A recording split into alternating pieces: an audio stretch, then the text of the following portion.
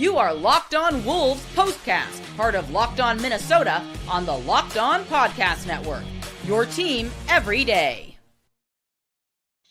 T-Wolves lose their second in a row at home, by the way. Final score versus the Kings tonight, 114-111. Back in the lab, back at it. Another T-Wolves postcast episode right here on the Locked On Sports Minnesota Network. Your team every day. Jack Borman with me as always. He's live at the Target Center. Give him a follow on X at JRBorman13. Jack, lots to get into from tonight's game, including how the Wolves unraveled in the fourth quarter when they needed a spark. But first, quick reminder, tonight's episode brought to us by Game Time. Game Time. Download the Game Time app. Create an account. Use code LOCKEDONNBA for $20 off your first purchase. That's LOCKEDONNBA for $20 off your first purchase. All right, so Wolves coming into this one off that dumb loss, let's just call it what it was, to Washington at home. That was Saturday night. They get Ant back, though, which you would think would move the needle enough tonight. But DeMar DeRozan, man, must have had like the fountain of youth in his Gatorade bottle on the bench because he was just on fire. 33 points, team high for the Kings. Wolves trailed most of this one, but they did tie it back up at 77 apiece. Then things just kind of fell apart in the fourth quarter. Never found that spark when they needed one the most. They end up losing, don't even get off a potential game-tying three-pointer at the end with 4 seconds left. Final score, 114-111. They dropped to 27-23 on the year. Big picture real quick. I always like to start here. And I know one game doesn't really move the needle much either way, but I know you thought they'd win this game. You texted me beforehand. You said they should easily take this one down. Might even be a blowout. You said they've lost 2 in a row now. At home, Washington and Sacramento. How do the Wolves, Jack, salvage this homestand they've got with 5 of their next 6 at the Target Center? They got to go make a big dent here before they go on the All-Star break with some momentum, I feel like. Damn, man, airing out my text like that, tough. We've been doing that all year, Jack. Where you been? We've been doing that all year. Only my good ones. No, but yeah, I mean, I did think that this was going to be an easy win for the Timberwolves. It should have been an easy win for the Timberwolves. Yeah. The Kings had one center that played in this game, and the Wolves and the Kings had no real perimeter defenders in this game either, besides Keon Ellis, and it just didn't matter for the Wolves, who only put up 114 points against a defense that has been right at the bottom of the league, bottom 3 teams in the league in defensive rating for the better part of last month. And, you know, for a Kings team coming off of trading their best player yesterday, De'Aaron Fox traded him to the San Antonio Spurs, along with our guy J-Mac, Jordan McLaughlin, getting on the PJ with De'Aaron from Minnesota to San Antonio today. Right. And they get back Zach LaVine, 3 firsts and 2 seconds. They also traded Kevin Huerter to Chicago. So you're down De'Aaron Fox and Kevin Huerter. And so this Kings team has been a horrible bench scoring team all season long. They've been 28th on the season, and they're 28th in the last 5 games as well, scoring just about 22 points a game off the bench. And so you have Malik Monk in there starting at point guard, and he's normally your 6th man. He finished 6th man runner-up to Nas last year. So your bench, I mean, you're trotting out your bench minutes. You only have one guy off the bench who plays more than 12 minutes, who's Trey Lyles, is your 6th man in this game. And you still, I mean, the bench, only 17 points off the bench. That's my biggest story in this one. 17 points to the bench. They really struggled. 6 of 20 from the floor, 30%. They were 1 of 11 from 3. Jalen Clark, I love Jalen Clark. All due respect to Jalen Clark. If he is your leading scorer off the bench, you probably don't have a great chance of winning in the NBA, at least at this stage. And again, I just think that they being pretty much incapable of providing any type of spark was really tough. And then, you know, again, just a bigger picture on the entire season. Count teams 500 or below this year, you know, or teams that are just bad on a given night with injuries and whatnot. Timberwolves are 7-11 in those games. The only teams in the West with worse records are the Pelicans at 8-14 and the Jazz at 7-14. And those are 2 teams who have either been completely decimated off the face of the earth by injuries or teams that are aggressively tanking. Yet the Wolves have the second best record against teams 500 or above at 20-12, which is just confounding. And it just speaks to how I think confusing and frustrating this team is, and how they really play to the level of their opponents in a really confusing way that I still can't fully wrap my head around. And again, in this fourth quarter for the Timberwolves tonight, have a stretch where they go scoreless for more than 4 minutes in this game. They go scoreless from 8:40 to 4:04 of the fourth quarter.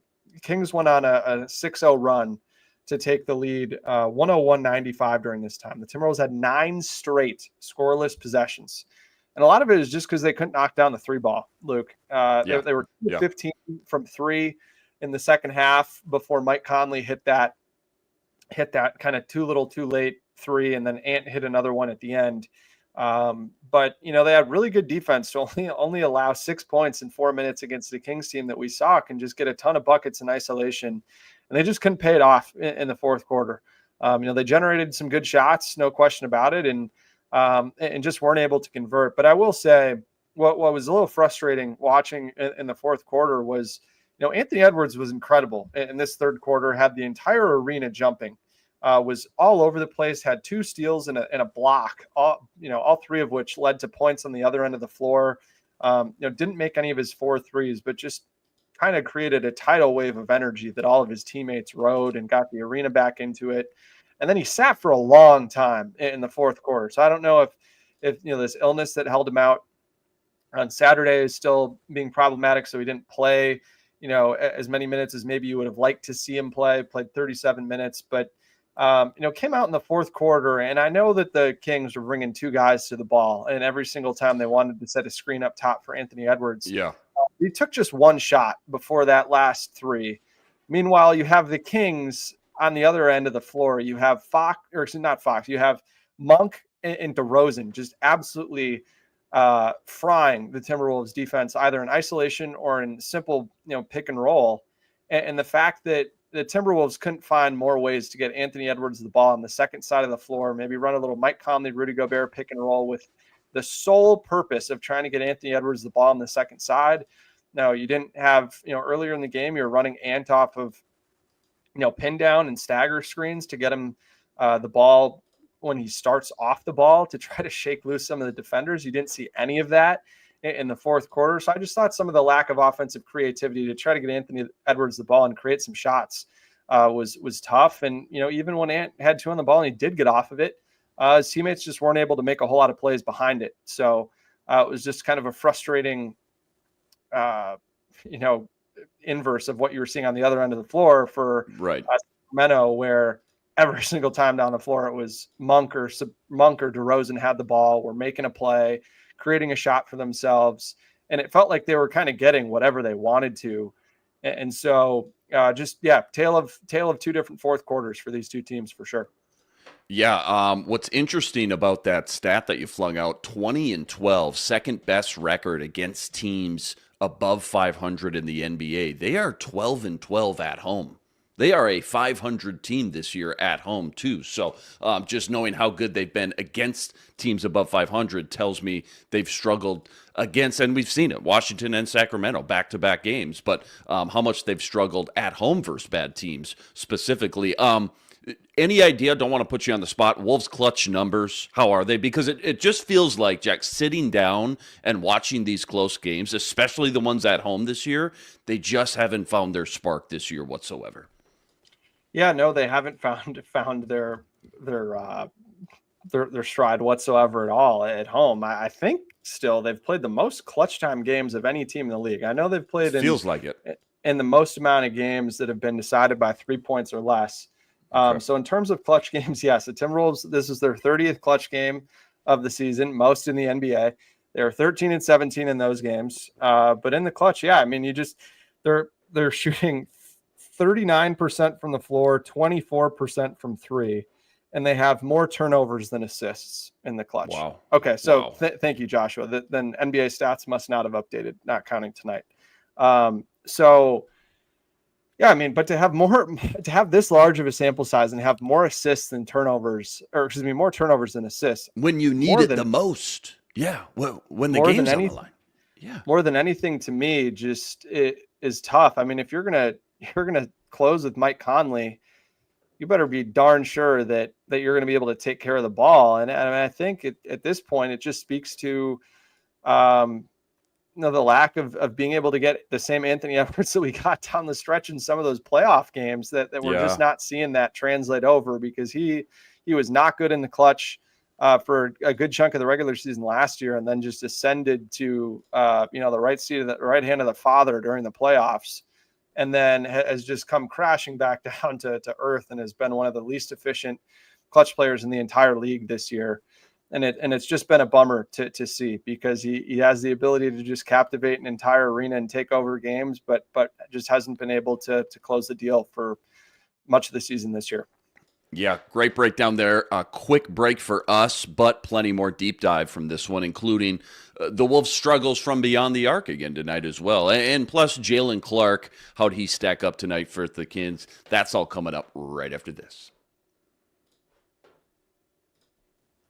Quick reminder, tonight's episode brought to us by FanDuel. FanDuel, America's #1 sportsbook, an official sportsbook partner of the NBA. Right now, FanDuel's giving you a chance at a huge return, $200 in bonus bets, guaranteed when you win your first $5 wager. Why love FanDuel? When you get the hunch in the middle of the game, you can go check out the latest stats. You can view live play-by-play and so much more, all on the same page where you're placing your bets. Again, $200 in bonus bets guaranteed when you win your first $5 bet. Go check it all out over at FanDuel.com. Super Bowl 59 is here, and FanDuel's got endless possibilities for Chiefs, Eagles. Plus, while you're there, go check out some NBA future action as well. Naz Reid, 6th Man of the Year odds, still sitting at 6-1.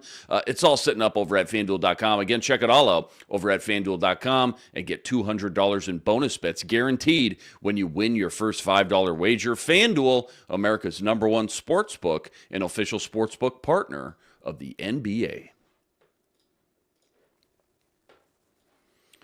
Jack, what other team staffs jumped out to you the most? I know the Wolves entered tonight, you got in your notes, 3-8 on the year. 3-8 is their record on the year when they shoot less than 33% from three. And tonight was no different. They shot 30% from beyond the arc, compared to the Kings, by the way, 41% from three. How huge is the three ball for this Timberwolves team, and why? Yeah, no question it's big for this Timberwolves team, because I think a lot of the times what happens is the paint just gets a little bit clogged down, and when they're not creating second chances for themselves and getting easy baskets in the lane, it's just been difficult for them to score on the interior for stretches of this season. But they've got two really, really good high volume 3-point shooters in Anthony Edwards and Naz Reid. And so they've certainly tried to ride that as much as they can. And of course, Dante DiVincenzo as well, who can't forget about him. And I just think that the Timberwolves too often kind of live and die by the three in a sense that on a night like tonight, where the three ball wasn't dropping for almost anybody except for Naz Reid, who shot 5 of 9 from three. Everyone else in this game was 7 of 31, less than 25%. So I just think the Timberwolves don't have enough bankable, repeatable offense, or guys that can go get their own bucket and get to the rim and score, like you saw the Kings had tonight, when the 3-point shot's just not falling. And so I think not having Julius Randle certainly in those types of games is difficult, because, he can put his head down and get to the rim and post up a smaller guy or mismatch, get to the rim, draw fouls, be able to kind of draw the defense in, kick it out, and allow guys to play off the catch a little bit more. But, I thought too, you have to give credit to the Kings tonight as well. I thought that they did a very good job of closing out and then defending guys who are attacking off the catch. Jaden McDaniels has played very, very well in this game, had 22 points, shot, what did he shoot? 6 of 10 from inside the arc. But there were, probably a bunch of other, probably 3, 4, 5 other opportunities where he could have shot the ball and didn't, because the closeout defense is really good. Same goes for Naz Reid. He had 30 points tonight, which he was absolutely tremendous, but probably could have had 40 if the Kings didn't close out better the way that they did. So I thought that on some level, you've got to shake their hand. But for Ant, again, for him to shoot 4 of 11 inside the arc, Mike Conley shot 1 of 5 inside the arc. just not a whole lot of juice in the backcourt in terms of being able to score inside the arc. So I think, it's just kind of the lack of offensive versatility, especially when you're missing a guy like Julius Randle in this one. But again, I mean, the Wolves shoot closer to what they shoot on the season. They make 4 more threes in this game, shoot right at their season average. I mean, That's they're winning it. this game by 10 points. So yeah, it was one of the first games we've had in a good minute where it really felt like the Wolves' inability to knock down an open three, especially in that third quarter and into the fourth quarter, just held them back offensively from being able to get it over the finish line. Because they only had 8 turnovers. I mean, it wasn't a turnover problem. They had 18-second chance points. So, yeah, good points there for sure. Talk to me about the young pups tonight. Jalen Clark, Robbie D. Always like seeing how the young guys develop and are soaking up their minutes. Both went 2 for 5 from the floor. Clark with 7 points. Had some good defensive stretches there. It felt like on my end, anyways. Robbie D, 4 points, 4 assists. What stuck out to you for both those guys against tonight, for good and bad? Yeah, I think we'll start with Rob. For Rob Dillingham, the first stint was tough for him, and that was somewhat to be expected, given that the Kings were doubling him in the backcourt or trapping him right as he crossed half court almost every single possession that the Timberwolves had, where they were taking the ball out of the basket. Whenever they played off a stop, they tried to run the ball up the floor as fast as they could once they realized what the Kings were doing. And I think you got to give Dillingham credit in the fact that he handled it as well as someone in his position could have.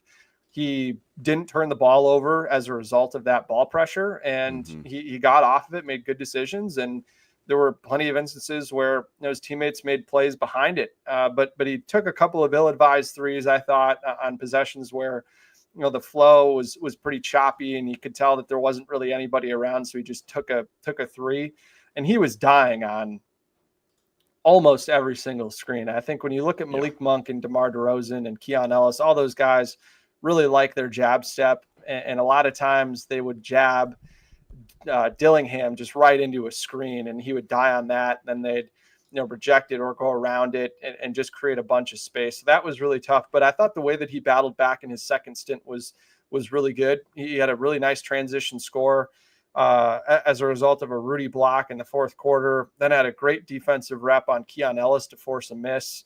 Had a nice dime to Nas in the corner for 3, then hit him again for a layup. Had a fun isolation score and had a 3 rim in and out. So, and I just thought he was much more competitive defensively, which was good to see. And I think, again, hey, I was here the other night saying that Chris Finch should have played Rob Dillingham more in the fourth quarter, and he turned around and did not make that same mistake again today, which was nice to see. But it wasn't the most impactful Rob Dillingham game, but I don't think that he was anywhere close to the reason why they lost this game.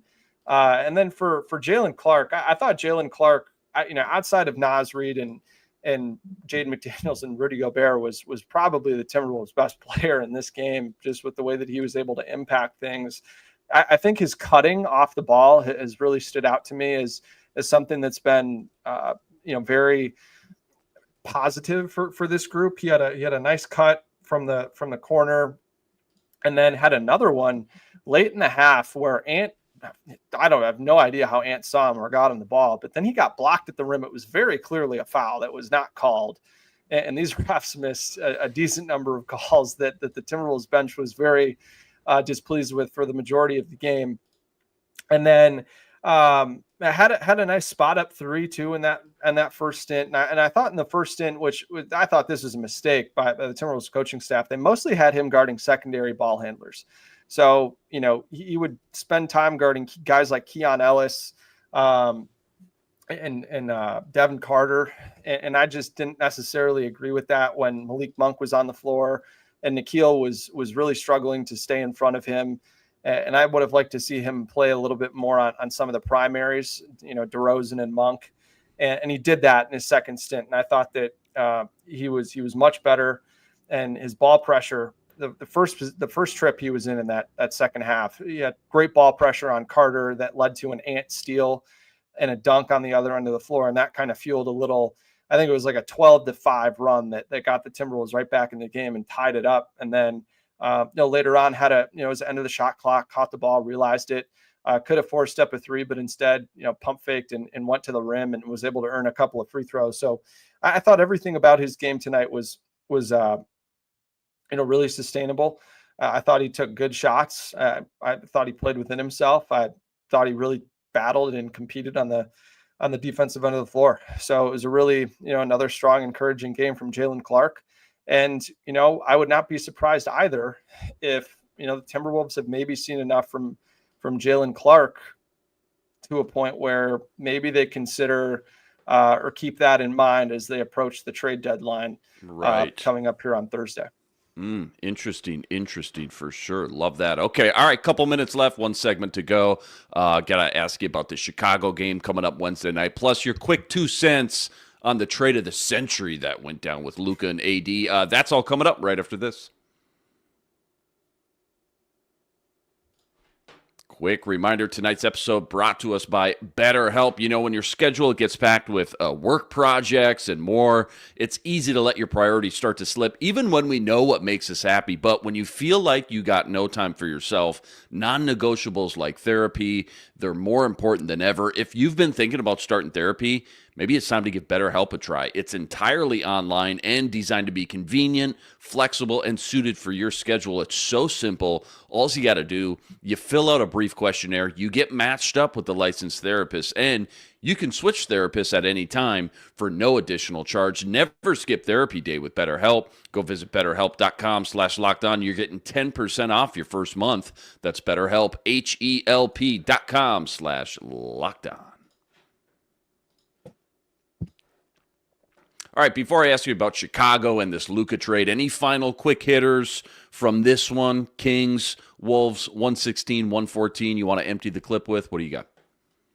Yeah, so I'll end it on a positive note. So I was in the locker room before the game. I was talking to Mike Conley a little bit about some of what we've seen from Rob Dillingham and it's kind of the transition to for him from college to the NBA. Now that we have a somewhat sustainable sample size, and right before that, Naz Reid walks in the locker room and he's holding this, looks like this mat of some sort. No one could really tell what it is.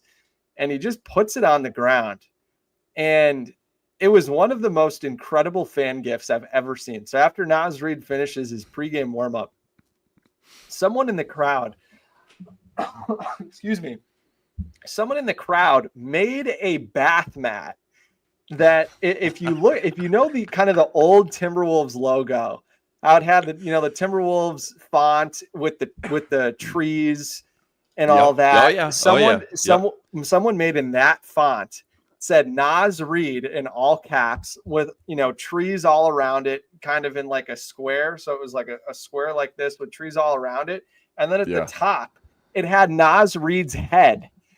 And it was like super accurate. Like it totally could have been a licensed product that you see on Fanatics. Dude, yes, I do mean the good coming, logo. Man. This fan base loves this, man, they should. There's a rule against media members taking still images in the locker room. So sure. And that's an NBA wide league rule. So I couldn't take a photo of it. I would have loved to. I wonder if it'll make its way onto social media because it was one of the most incredible things. It was a bath mat that was just like Naz Reid and the old Timberwolves logo and that type of font script. And then in kind of a rectangle. And then the top of it was just his head coming out of this rectangle. And it was super accurate.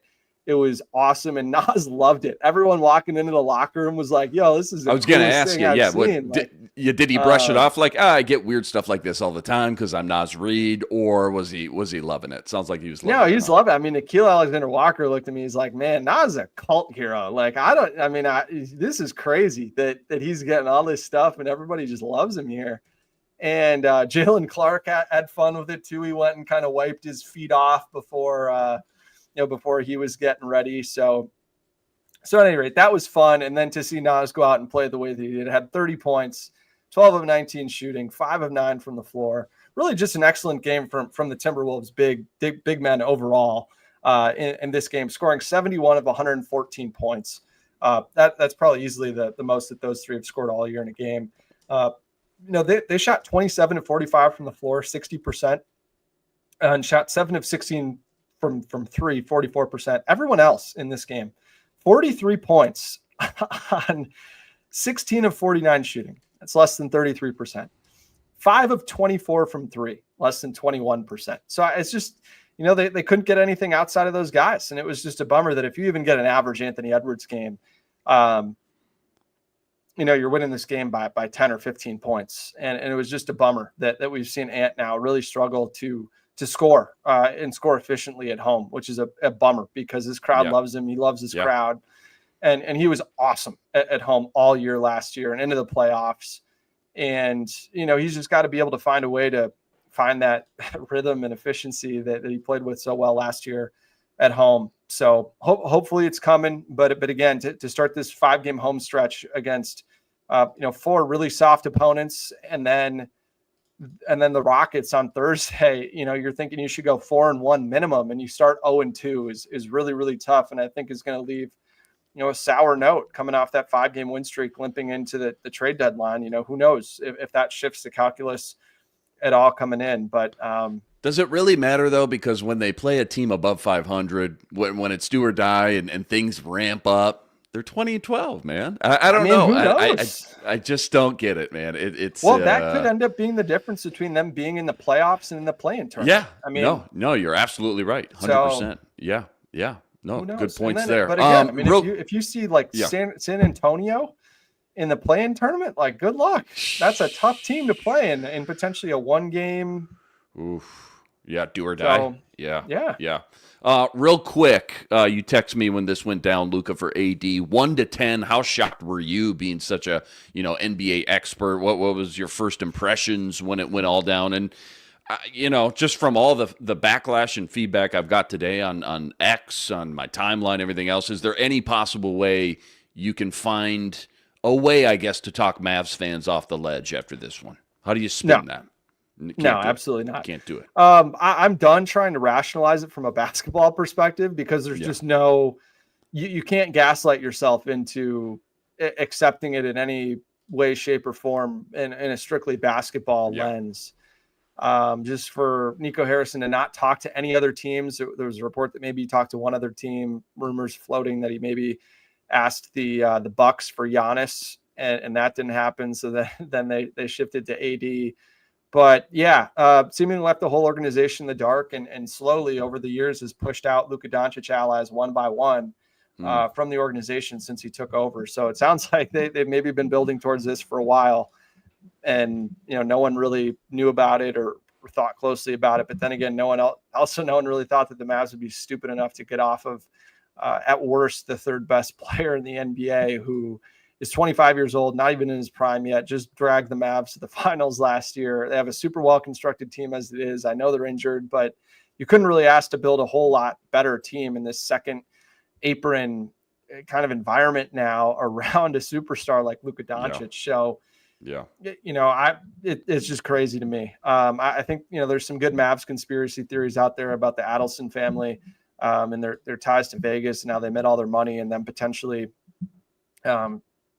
trying to make the Mavs bad to put the screws to the Texas state legislature to pass sports betting so that they can, and just gambling in general, so that they can open, one of their casinos in Texas or just move the team to Vegas. And so I thought that there's some, some interesting conspiracies that may not be so conspiracy-y online that we've seen. But Mavs fans have been catatonic and understandably so. I think the joy of watching a guy like Luka Doncic or Anthony Edwards is, someone texted me, would you rather have one title if you're the Mavs and win the title this year or, have Luka for the next 10 years? And I said, you'd of course rather have Luka for 10 years because the joy and the wonder and the excitement of watching a guy like that is, whenever he does something, you tell your friends how sweet is it that this guy is on our team and we get to watch this guy night in and night out. And even if it's no guarantee that you'd win a title, I still think you'd take your odds with a guy like Luka, who's built perfectly for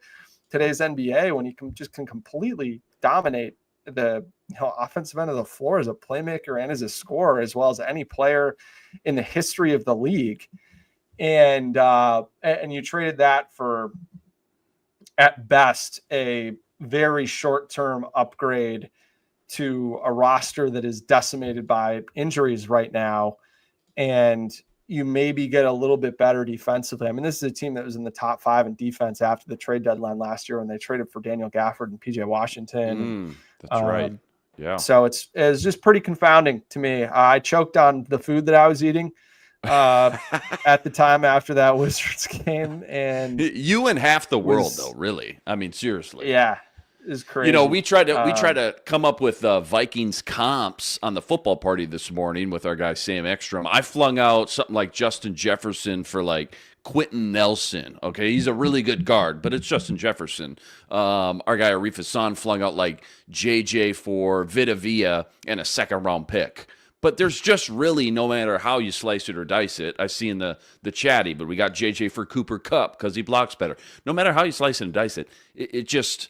There's no finding a way to ever kind of justify a move like that, no matter the sport, even though we're just kind of going through examples on Viking stuff. But yeah, it would be so out of the realm of possibilities, I feel like, to even consider something like that if you're the Vikings trading your franchise player like that. Unless there's like, our guy Sam Ekstrom threw out, and I thought this was interesting, some more kind of conspiracy type of stuff, but like maybe there's something behind the scenes that they know about Luka that maybe is eventually going to come out or something.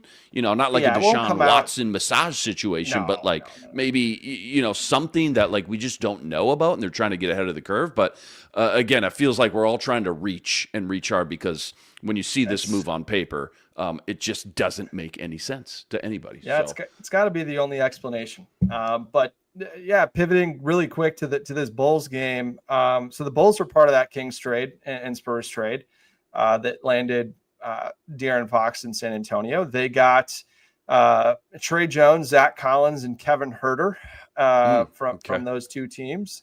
And they traded Zach LaVine to the Kings. And they got the rights to their own first-round pick back, which was already protected 1 through 10. So they're just kind of making sure that the lottery wouldn't screw them if they landed 11, 12, 13, or 14 and, wouldn't retain their pick. So it's pretty much they just want to tank the rest of the year. Nikola Vucevic, their starting center, is also likely to get traded before the trade deadline on Thursday afternoon. So you'd have to imagine that he was pretty much a 50-50 shot to play tomorrow night or on Wednesday night.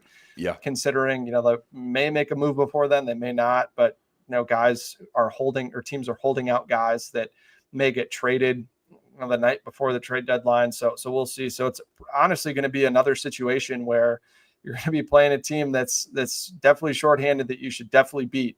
And you're going to have Josh Giddey and Zach Collins and Patrick Williams as, potentially your best offensive threats.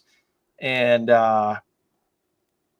it's bleak. So I think we'll see a lot of Matas Buzelis. We'll see a lot of Matas Buzelis and Kobe White, of course.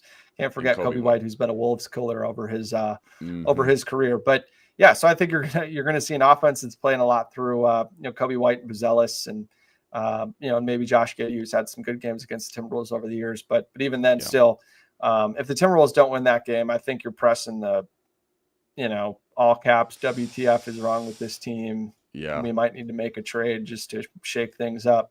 So yeah. Great stuff, man. As always, good breakdown. Wolves lose 2 in a row. Final score tonight, 116-114. Wolves dropped to 27-23. But as always, huge shout out to all you guys, all the everydayers out there that always make us your first listen. All you guys coming in the chat with us, venting from game to game. Make sure you like. Make sure you subscribe if you haven't already. Go follow Jack, too, on X, at Jared Borman 13. He's live from the Target Center during almost every home game. He's there tonight. You going to be there Wednesday versus Chicago, Jack? I hope so. Maybe not the best decision, considering. Maybe this is it. Maybe we got to switch it up, man. I think. Yeah, maybe we got to switch it up and get superstitious. Again, Chicago up Wednesday night, 7 p.m. tip-off. Catch you right here, though. Same time, same place. But until then, signing out.